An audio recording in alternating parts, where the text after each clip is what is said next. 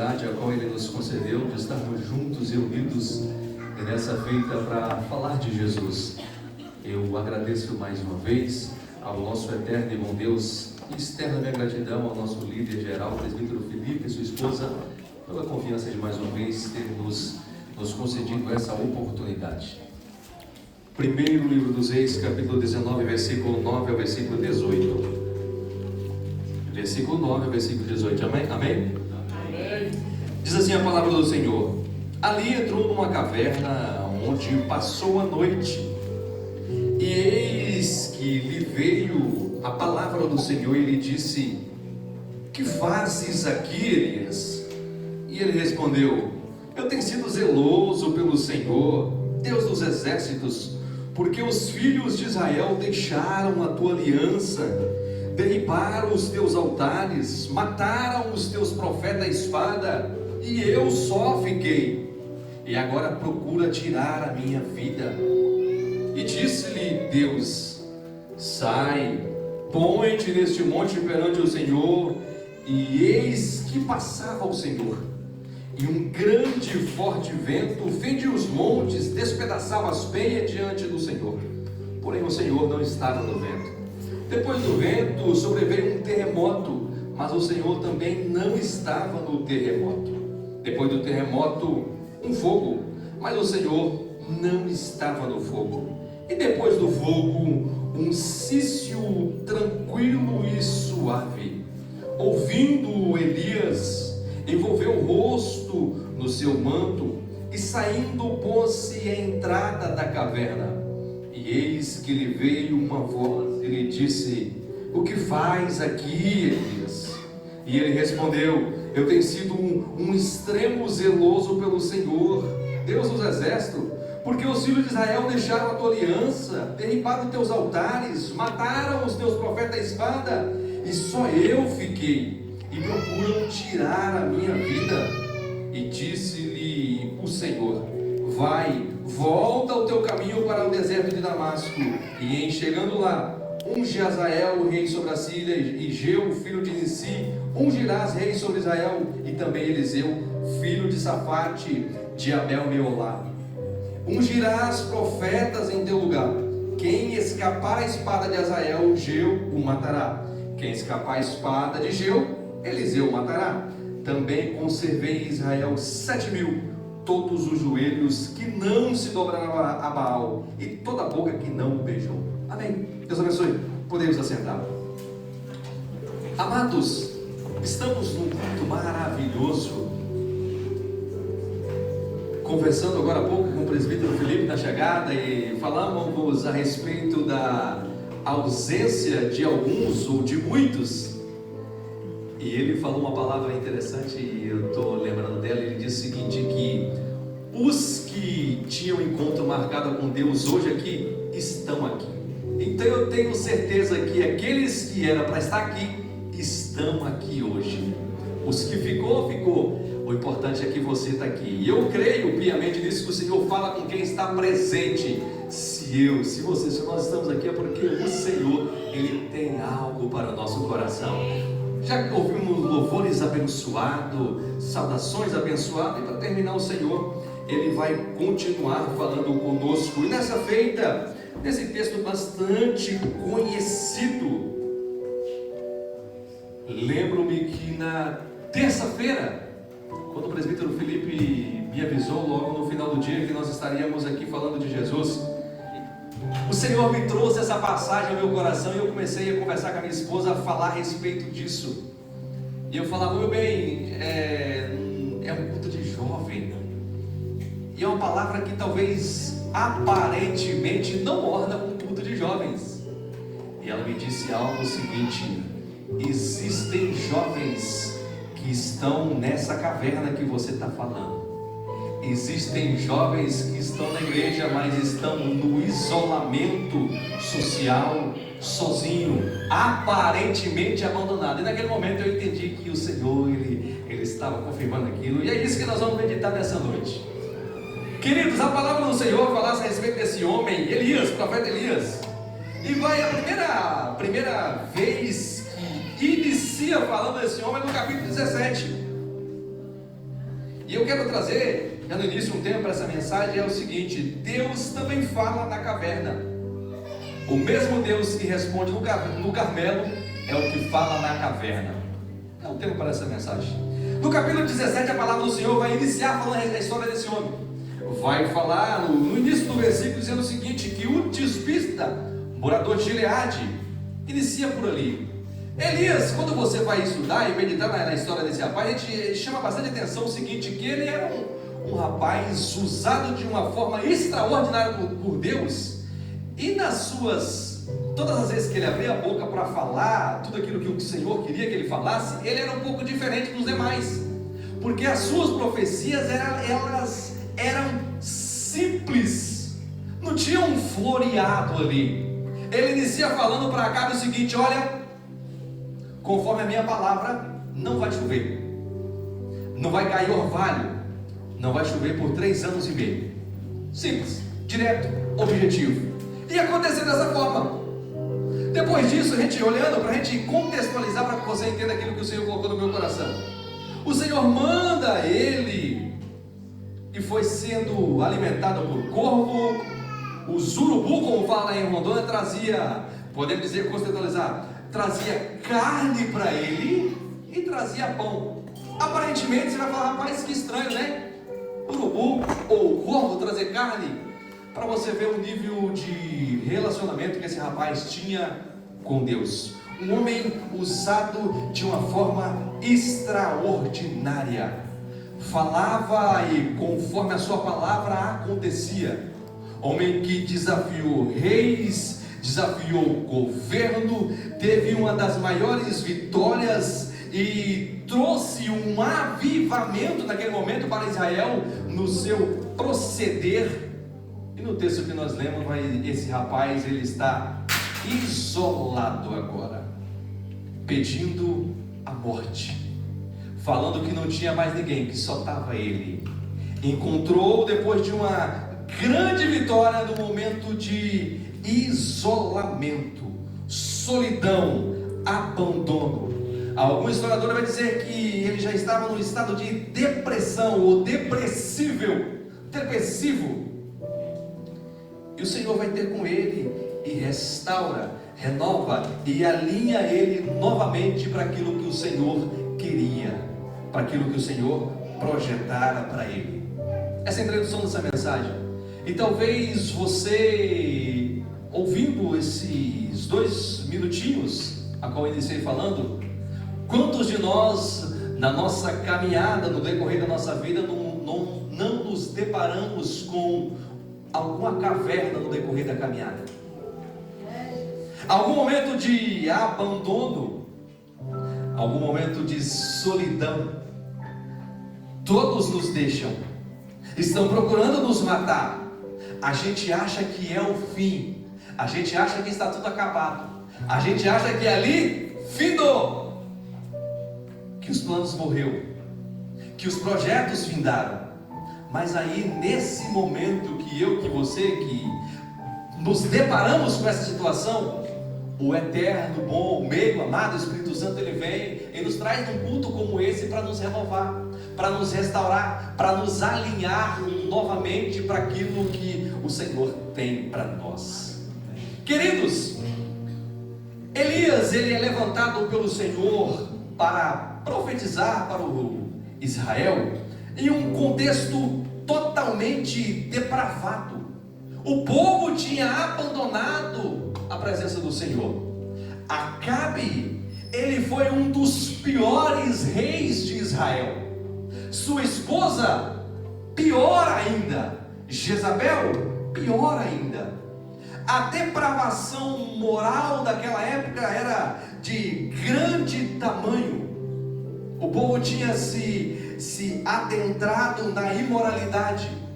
Um conflito político, conflito moral e uma depravação religiosa. É nesse contexto que esse homem é levantado, é chamado por Deus. Ele institui, ou podemos dizer assim, ele traz uma depravação no culto. A adoração do culto foi totalmente depravada por intermédio desse casal, Acabe e Jezabel. pouco antes daquilo que nós lemos.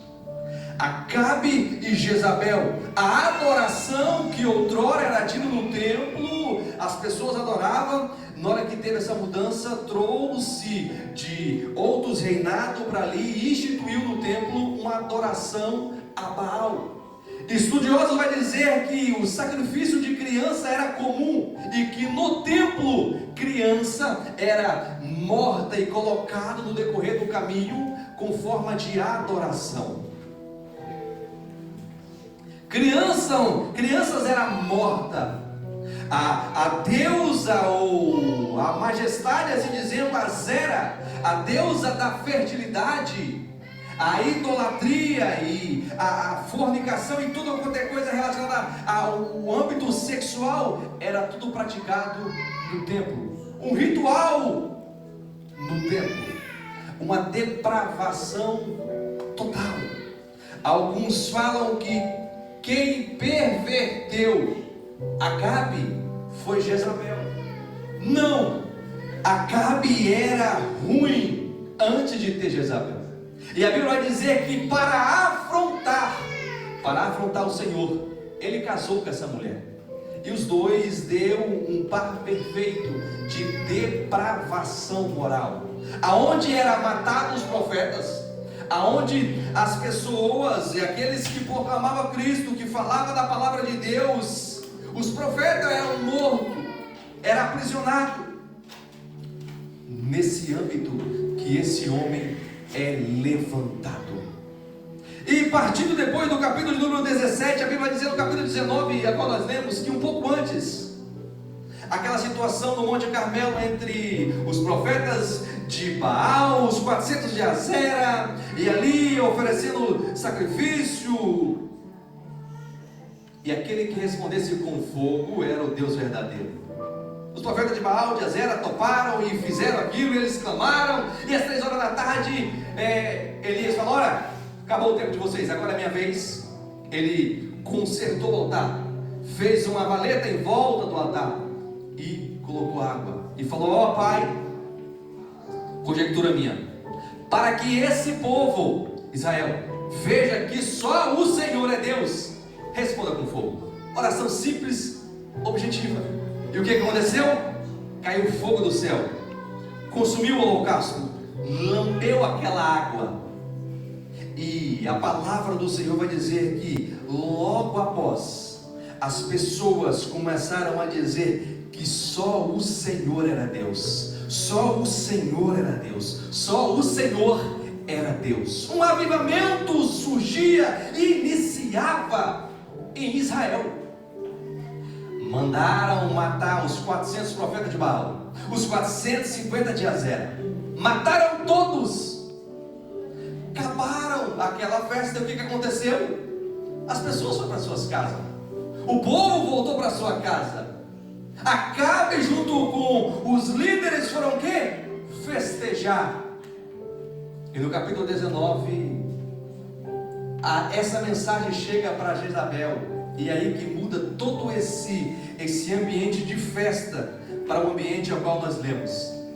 No capítulo 19 vai dizer o seguinte: que Jezabel ficou sabendo dessa situação que aconteceu. O que ela fala? Vai falar para Elias que amanhã, nessa mesma hora, vai acontecer com ele o mesmo que aconteceu com os profetas. Um homem que acabara de ter uma das suas maiores vitórias, usado tremendamente por Deus, depois de uma oração simples, fez com que todo Israel contemplasse que só o Senhor era Deus. Nesse momento, por causa de uma mensagem, e não era de qualquer uma, era de Jezabel, ele escuta aquilo, entra dentro de uma situação e ele foge com medo, foge de desespero. E a palavra do Senhor fala que ele caminhando, ele vai ter debaixo de um zimbro. Dormiu ali, o anjo acorda e ele fala: olha, come. Ele acorda e come. Dorme novamente, o anjo novamente fala com ele: acorda e come. ele pela segunda vez acorda e come. Pela terceira vez, onde acorda ele acorda e come. E o que ele fez? Caminhou 40 dias e 40 noites, até chegar na onde que nós lemos, dentro da caverna.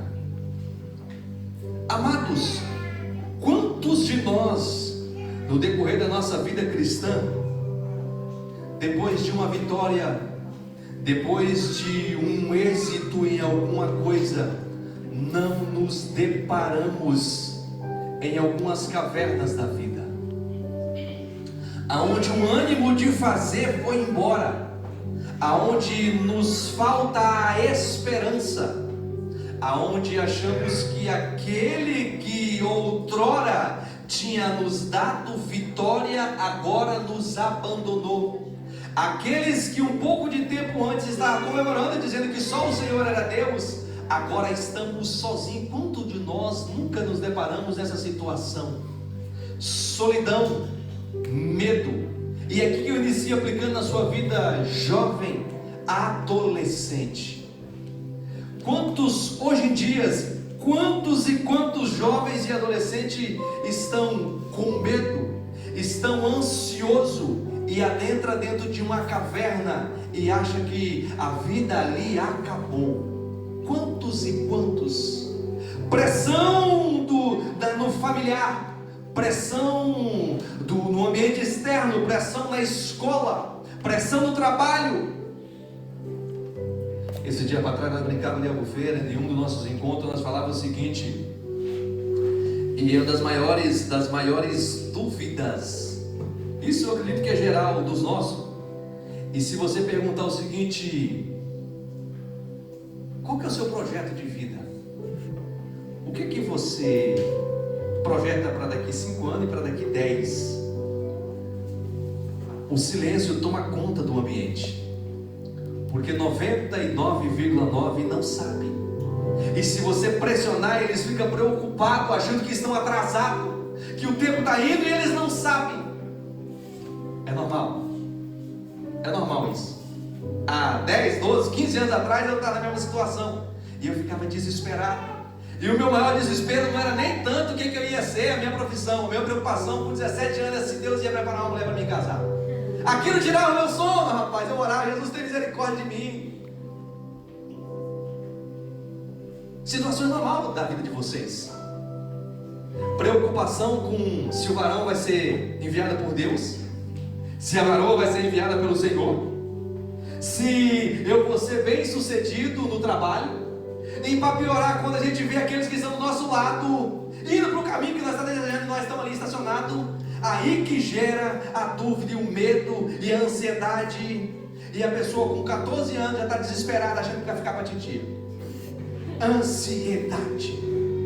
Aí faz o quê? Adentra dentro de uma caverna, se isola. Ah, amados,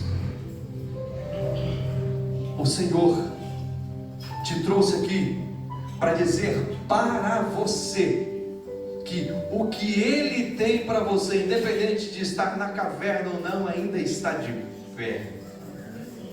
Independente do isolamento ou não, os planos continuam, as promessas continuam. E sobre essa situação eu quero relatar 4 pontos. Se nós tivermos, eu tenho 15 minutos estipulado pelo Everton para nós terminar. 4 pontos a respeito dessa mensagem para aplicação na sua vida, na minha, na nossa vida. Quando até os fortes se escondem. Elias era firme, homem de fé, acostumado a enfrentar reis, multidão. Porém, ele chegou no momento que ele não aguentou, ele fugiu.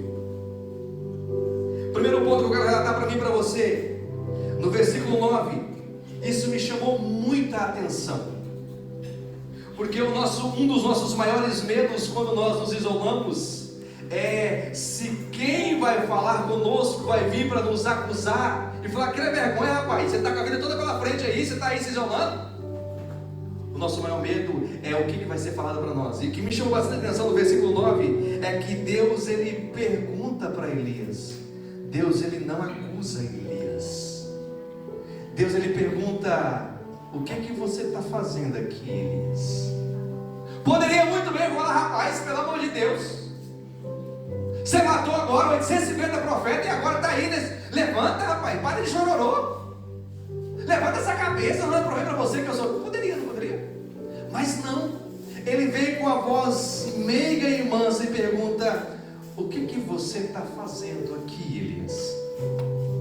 Ele já sabia da resposta, mas queria perguntar para ouvir a explicação daquele homem que era projeto de Deus. E Elias fala: olha, eu tenho sido zeloso, muito zeloso.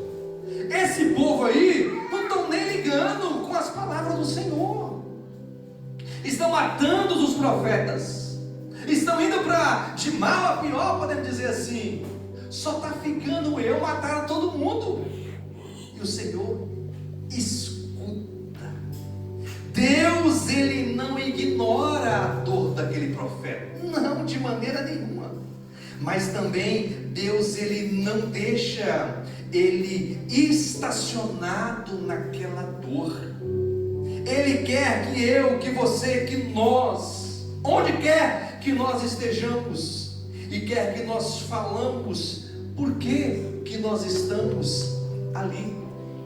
A primeira pergunta que eu faço nessa noite, para a minha meditação e para a sua: por que você está aqui? Qual o seu objetivo?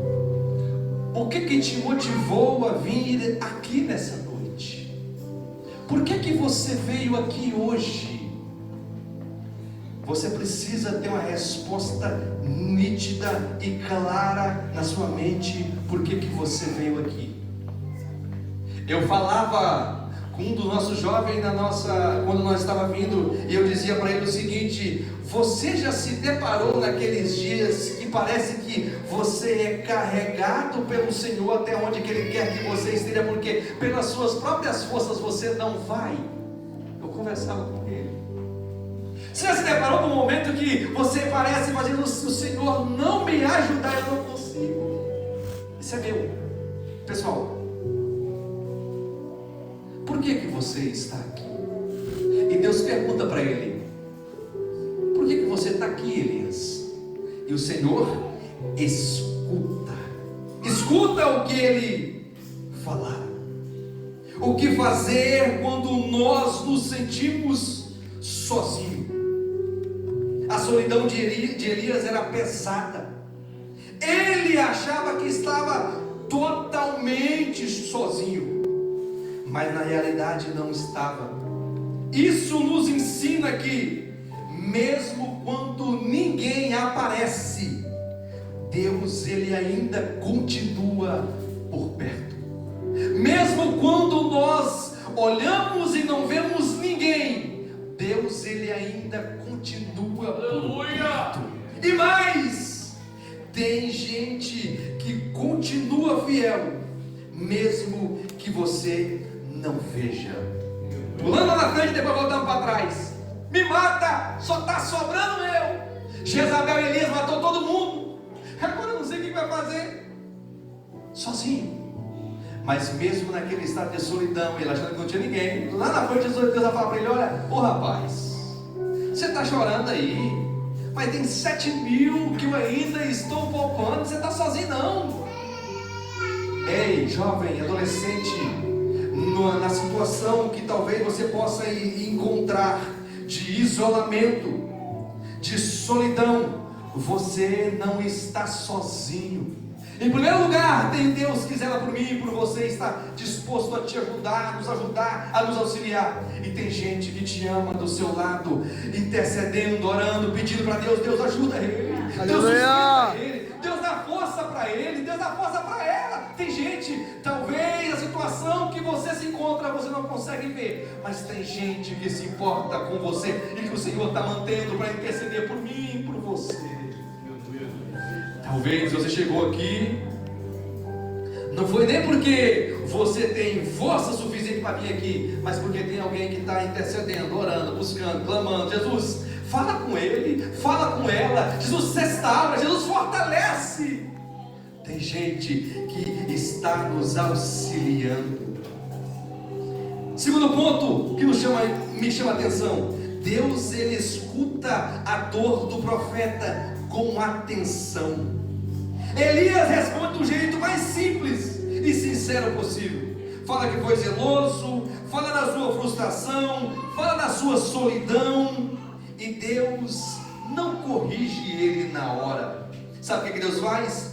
Deus escuta. Isso mostra que você pode abrir o coração e que Deus, ele aguenta as suas palavras. Deus, eu quero desistir, eu não estou aguentando mais, me abandonaram.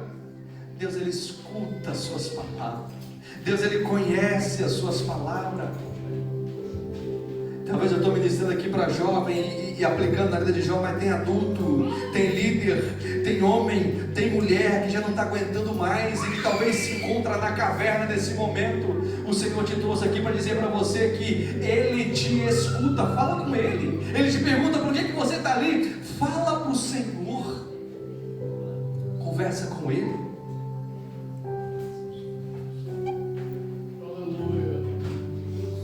3, para nós adiantarmos.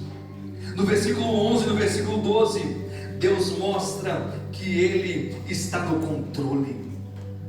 Elias queria resposta, e o que Deus faz? Manda que ele fica de pé. Fica de pé, Elias, na entrada da caverna. Depois disso nós lemos: veio vento, terremoto, veio fogo, e nada disso o Senhor estava. Quantas das vezes, querido, nós estamos em situação que nós estamos desesperados para ouvir a voz do Senhor, mas nós não queremos ouvir uma vozinha suave, nós queremos ouvir algo extraordinário. E Deus faz o quê? Silêncio. E por quarto, vem uma brisa suave, e o Senhor fala com Elias e pergunta: o que faz aqui, Elias?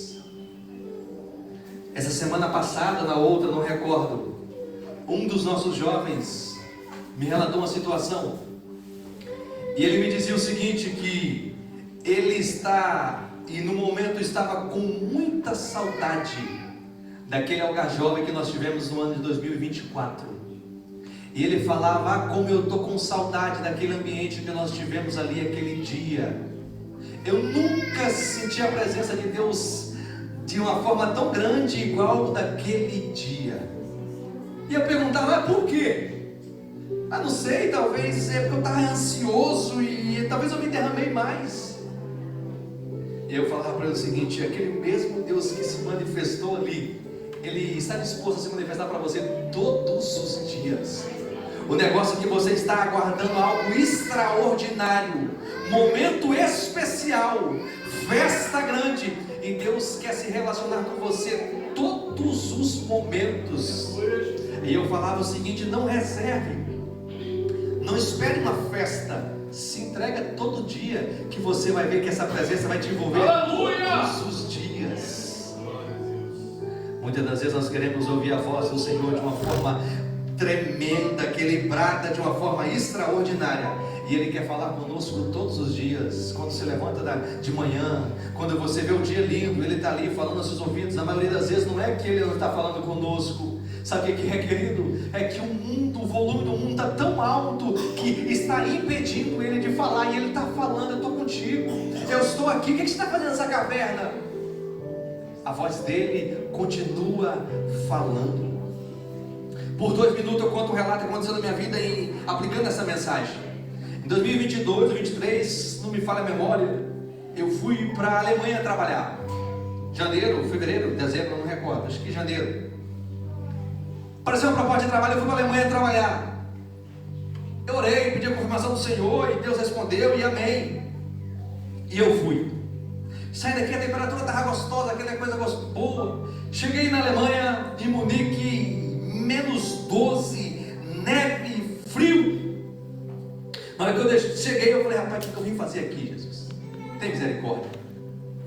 Com uma semana que eu estava lá, deu um surto de Covid na empresa que eu trabalhava. Me pega. Fiquei uma semana preso dentro do apartamento. As pessoas levavam comida para mim, almoço, levavam janta, não podia sair para lugar nenhum. Ah, querido, uma das maiores cavernas que eu entrei. E eu comecei a me desesperar. Não estava trabalhando. Eu iniciei uma oração. Talvez, e eu tenho certeza disso, que existe caverna que Deus nos coloca para nos aproximar dele. Existe caverna que não é por causa dessa situação, é Ele que precisa ter um particular com você. Mas a correria do mundo está tão grande que você não consegue ter tempo para Ele. E essa caverna Deus precisou me colocar. Eu nunca li a Bíblia tanto igual aqueles dias. Orava. E chegou um momento que eu estava tão desesperado, querido. Eu orava, que eu falava numa tarde, depois de conversar com a minha esposa, eu comecei a orar e falei para o Senhor o seguinte: olha, eu preciso ouvir hoje o Senhor falar comigo. Eu careço urgentemente de ouvir a sua voz. E no quarto que eu estava, no apartamento, tinha uma cadeira. E eu peguei aquela cadeira e falei o seguinte, sentei na cama e coloquei a cadeira ali e falei o seguinte: eu quero que o Senhor sente aqui e fala comigo. Eu não aguento mais, me ajuda. E peguei literalmente a cadeira e coloquei na minha frente e comecei a orar. E falei e chorei. Falei, tá bom, agora eu quero ouvir o Senhor falar. Sabe o que ele falou? Nada. Ficou em silêncio. Esperei um cara, não falou nada. Eu agradeci e falei, obrigado por me amar tanto. E perdoar essa falta de vergonha na cara que eu estou tendo agora. Muito obrigado. As coisas passou, o projeto dele na minha vida ali foi cumprido e eu voltei embora. Você sabe o que nós muitas das vezes estamos esperando? Algo sobrenatural acontecer para ouvir Deus falar conosco. E Ele nos encontra nos momentos minúsculos da nossa vida e prova para nós todos os dias que está conosco. Só basta nós abrir a boca e falar para Ele o que está afligindo a nossa alma, o que aflige o seu coração, o que tem tirado o seu sono, o que tem te causado ansiedade, o que tem te levado, o que levou você para a caverna. Qual foi a palavra que te levou para a caverna? Qual foi a palavra que te lançou lá no estado de ansiedade e depressão, achando que não merece mais viver? O que tem te levado para essa caverna? Quarto, para nós encerrar: Deus dá direção mesmo quando nós estamos fracos. No versículo 15, no versículo 18, mesmo depois daquela situação que o Senhor fala para Elias, ele relata que estava cansado, que mataram todos os outros, só sobrou ele, não era melhor do que os pais dele. O Senhor, depois de tudo isso, Deus, ele não mudou Elias, não mandou Elias descansar mais. Não falou: Elias, eu estou vendo que você está cansado, mas continua aí na caverna descansando. Não. Sabe o que Deus fez? Deu uma nova direção para ele. Levanta, rapaz, vai ungir rei sobre Israel, vai levantar um sucessor para você. Talvez as cavernas que nós estamos ou nos encontramos é um novo direcionamento de Deus para mim e para a sua vida. Talvez o isolamento a qual você se enquadra ou se encontra não é o fim. Você até pensa que é o fim, não está vendo, não vislumbra novos ambientes, mas é Deus falando para mim e para você nessa noite: eu tenho coisa nova para você, eu tenho algo novo para você, eu tenho um novo direcionamento para a sua vida. Elias entrou na caverna como um homem exausto, mas saiu de lá com uma nova direção. Isso prova que Deus não desiste de você, mesmo quando você desiste de si mesmo. E Ele te encontra onde você está, não para deixar você lá, mas para te levantar. E você sabe o que é mais bonito? Ele fala com calma, com paciência: renova a minha, a nossa missão. Você, querido, que veio aqui depois desse evangelismo, nessa noite de sábado, você não foi esquecido, você não está só. Deus te encontrou na caverna, e porque Ele ainda quer te usar, volte para o caminho. Ainda tem história para você. Se coloque de pé. Ainda tem história para a sua vida. Esse isolamento não é o fim.